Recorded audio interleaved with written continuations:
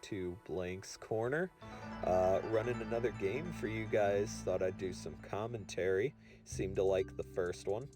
So I'll be playing on the bottom. I'm running a Gogga feeder deck.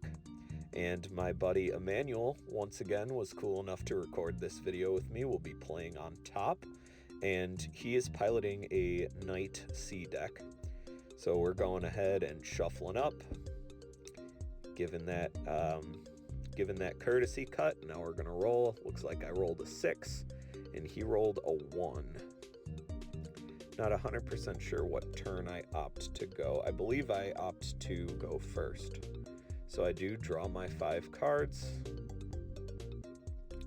And we are gonna kick things off ever so slowly. Now I believe I go first. I'm not 100% sure. This deck wants to set up your graveyard to get your Leviathan as big as possible. And it looks like I'm just going to simply set 2 cards mid, and I'm going to pass it over to him.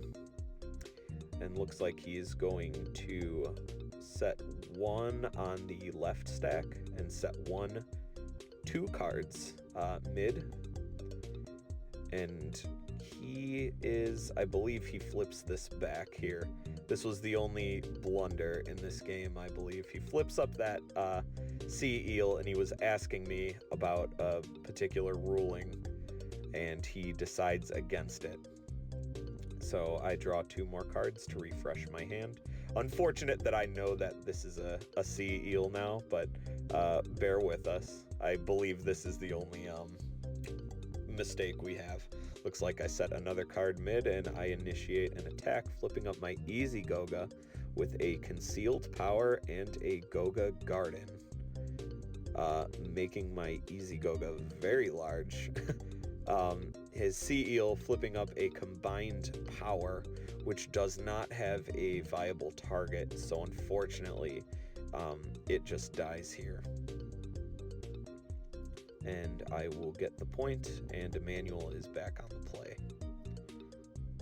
Looks like he's going to set 1 mid, facing my easy Gogga. And drops yet another card in mid. Looks like he's initiating an attack here, flipping up his Witch of the Night and his Power Destruct.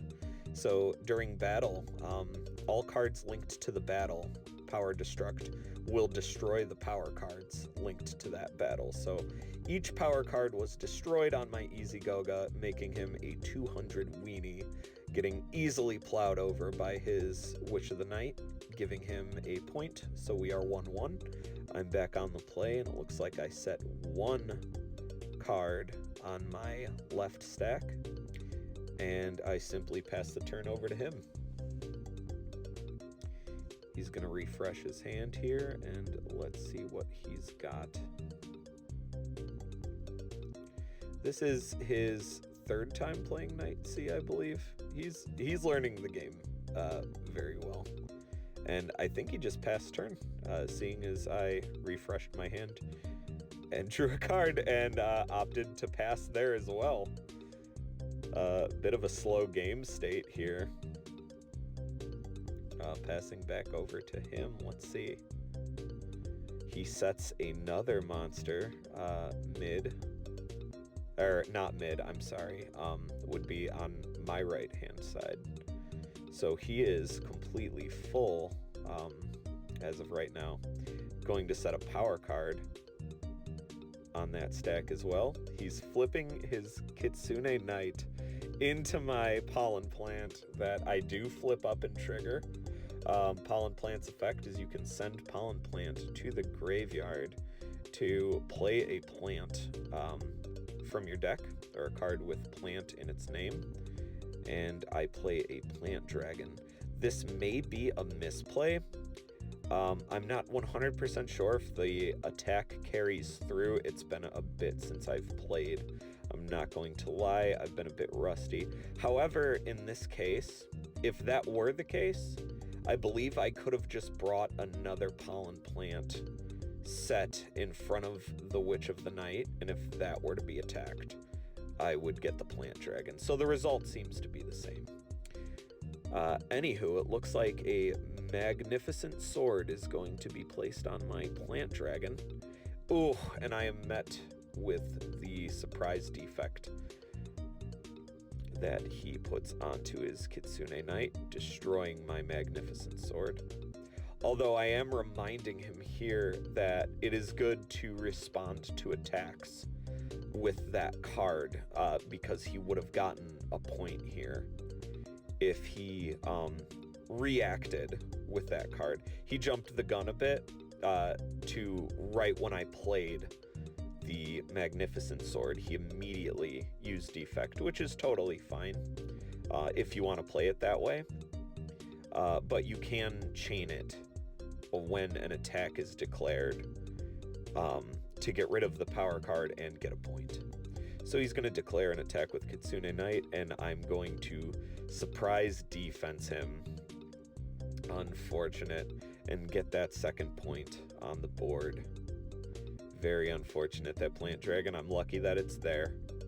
Honestly, should have died in that exchange. He just should have waited for me to attack before using that defect. But this is a learning experience. That's why we're here. And I am obsessed with making sure everything is right for the camera here. Playing on the classic mat seems to do better for recording. And I am checking graveyards here just to see what I've played through. It's always good to be mindful of the surprise cards that have been played. Again, I can't stress that enough. They see a lot of play. They are excellent cards. So it's good to know which you've played through already, what you should be mindful of. So I believe I'm at 2 points, and I believe he's still at 1. He should be at 2, but he's at 1. And I am just taking my sweet time deciding how I'd like to proceed with this play. So it looks like I'm going to play a Gogga Leviathan in my mid-stack facing his Witch of the Night. I believe my Leviathan is getting buffed only once at this point. I think it's a 15. And I'm going to sack off my Plant Dragon for a Plant Dragon Maximus. Again, extremely fortunate Maximus is Plant Dragon was alive. So I'm going to initiate an attack with Leviathan on his Witch of the Night, and I will be met with that surprise defense. Karma immediately served to me, and I am going to lose that exchange. I am not big enough. So we are going to be 2-2, evened out. And I go ahead and pass my turn to him. Emmanuel refreshes his hand, checking his face down stack over there, just to remind himself what he's got going on. So he's going to flip up his Kani C Oni. And I am reminding him here that Kani C Oni will miss its target because Kani C Oni only destroys face-up power cards, which I did not have. So I was just reassuring him that it would not destroy the set power card under my Plant Dragon. It looks like he's checking out this power card here, so bear with us.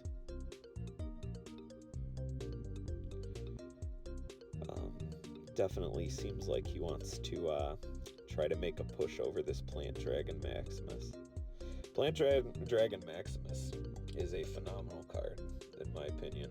I'm very fortunate it got to see the board due to that Plant Dragon staying in existence. I believe he's asking me something here regarding a power card that I believe will show itself sooner than later. And he's having a hard time deciding how to move forward. And he's going to play a Neridia of the Sea and sack it off. He's going to sack it off for a card here. I believe the card needs to be played face up. I believe it's a deep sea dragon, and it is. I don't know why he played it that way, but it is a deep sea dragon with a spirit sword on it, making it a 25, and he attacks into the Maximus, setting his power cards, bringing him back down to 15, and then Maximus is strong enough to defeat it and get us that 3rd point. That was a strong play by him.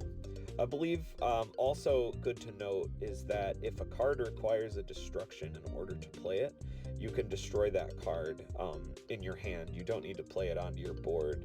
So that Neridia of the Sea easily could have just been destroyed from his hand. You don't have to play it onto the board. So it looks like I'm going to play a Moth Gogga in my mid stack facing his Witch of the Night. And I'm at 3 points here, so... And I play a Deal with the Grave, so I'm going to take a monster card and play it back onto my board. And I'm going to resolve Deal with the Grave, sending that stack to the grave. So my Gogga Leviathan is now getting 2 buffs, if I'm not mistaken, making him a 1700 beater at the moment. So between my Gogga Leviathan and my Plant Dragon Maximus, pretty decently strong board here. Going to set a power card under Maximus, and I'm going to declare an attack with my Gogga Leviathan to his Kani Oni. And I am met with a surprise end. This card had an errata. It is still excellent, though. It went from broken to very good. I declare an attack. If you have an available slot, you can play it onto one of your monsters, and it immediately ends my turn and puts him on the play. So he goes ahead and refreshes his hand. And he is in, this is a rough situation to be in. You've got 2 monsters on board. I'm at 0.3, so I simply need to clear his board in order to win. I believe he's still at 2 points. But he's definitely in a tight spot depending on what he's holding. I have 2 very big boss monsters on board right now. A relatively big Gogga Leviathan and a plant dragon with a mystery power card set onto it. So we'll have to see. We'll have to see what he's holding from here. Yeah, Gogga is a...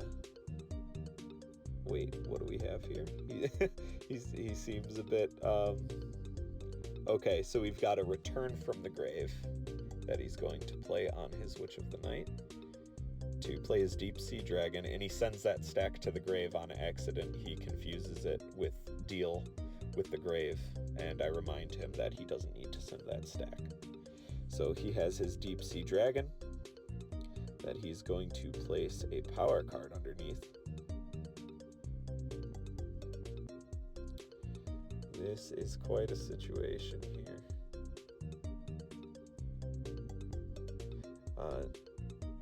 I believe he's asking me about the cards that he's playing are very new to him.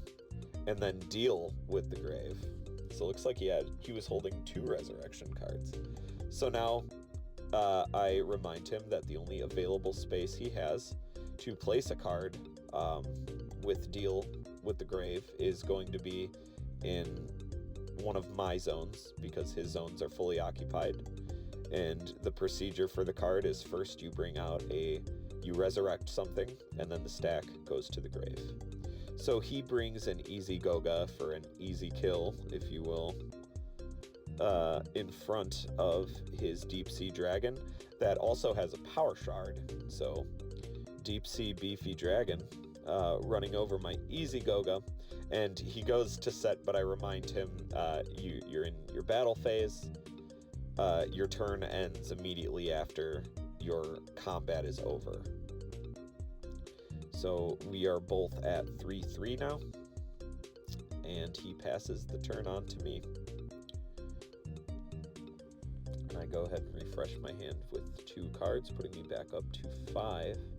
Now at this point I'm thinking that Connie C. Oni is probably not that threatening, because I don't know what the power card is. And he has been in that position for quite a while now. So it looks like I'm going to play a Good Food Gogga in front of his Deep Sea Dragon. And I will also play a Cup of Monster, it looks like, but it looks like I'm going through my grave just to make sure. And I'm going to play a Cup of Monster, and this allows me to send all copies of Good Food Gogga from my hand, field, or deck to the graveyard, excluding the one that it gets played under, of course. I do this just to make my Leviathan bigger, so I dump my extra copy. So I believe this Leviathan is now 19. But Good Food Gogga, unfortunately, is not big enough to get over Deep Sea Dragon at its current power value. But I am going to play a Return to Shadows. This card is excellent. This card essentially allows you to re-establish your board in any way you like. So I'm resetting my board by putting one monster set with a power card in front of his Deep Sea, and one in front of his Connie C. Oni, and one mid. So I'm going to initiate an attack with Gogga Leviathan on his Connie C. Oni that has a Fruit of Trickery that is unfortunately not big enough for my Leviathan, so that is point number 4. And then it looks like I initiate an attack on his Deep Sea Dragon with a Maximus and a Golden Garden Sword, matching the power value of his Deep Sea Dragon, but I win due to type advantage. And it looks like that's the game, guys. Thank you so much for watching. And remember, with your help, we can break turtles.